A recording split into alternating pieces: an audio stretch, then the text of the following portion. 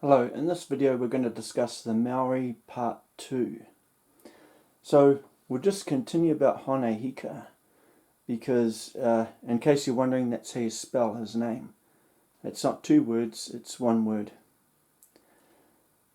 So the reason why was investigations conducted afterwards to find out why Honehika behaved the way he did, and it turns out he had been sexually molested and raped when he was young, and the offender was Ruta, who was in purgatory over it. Honehika had decided to gang rape, torture, and kill all of the Maori women at the time. So when just prior to the Arkangel being deployed, that's what had caused things to escalate so much that heaven had to intervene. So all the Maori were living in Kaipara, and that is why an archangel was sent to kill Honehika and his followers. Otherwise, what would have happened? This has happened before. A population has murdered all the women, and then what's happened is that population has died off of when the males all died of old age or accidents or incidents. So in order to prevent this, heaven sent an archangel to protect everyone from Honehika and his followers. The archangel did not get along with the tribal leaders and was unable to convince them afterwards to be less aggressive. And this is because Ruta was one of the leaders. He had a big influence on all of them, and he had been siding with Honehika the whole time. All of the Maori are archangels except Ruta, who was from the first male Gabriel batch from heaven. Descendants of archangels are archangels. I'll point that out right now. Descendants of archangels are archangels. Okay, so we got that clear now. Alright, so in all of the previous histories, Ruta was always one of Satan's followers. In this history, Ruta was saved from Satan's followers by the same archangel that was sent here to kill Honehika. And Ruta was convinced to be a good angel and remain in heaven. But when he came to earth with the Maori people, he decided to sexually molest and rape Honehika and others without others finding out about it, and that's why things are the way they are at the moment, where these offences have taken place, and Honehika's influence on the society has remained in the form of the haka and aggression and the protocols when people go on the marae. The language change to Maori occurred in Hawaii in the harbour prior to sailing to New Zealand, which is quite funny.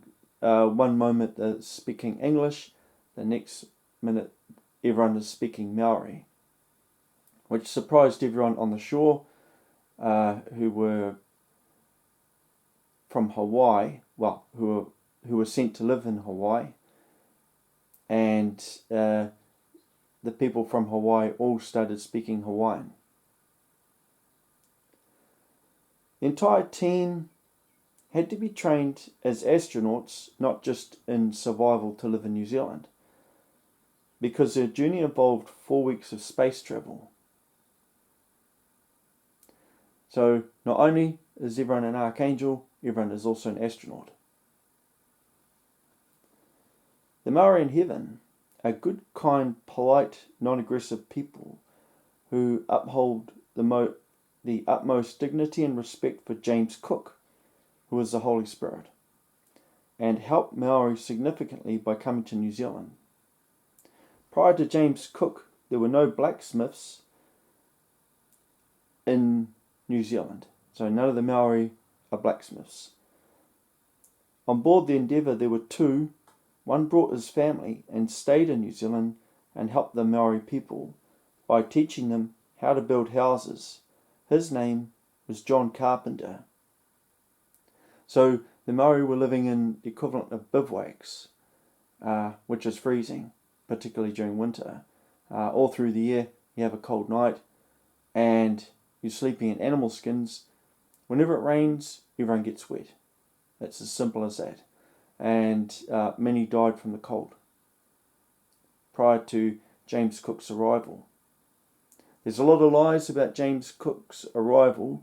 They've been spread by people who've been making up stories. They're absolute lies.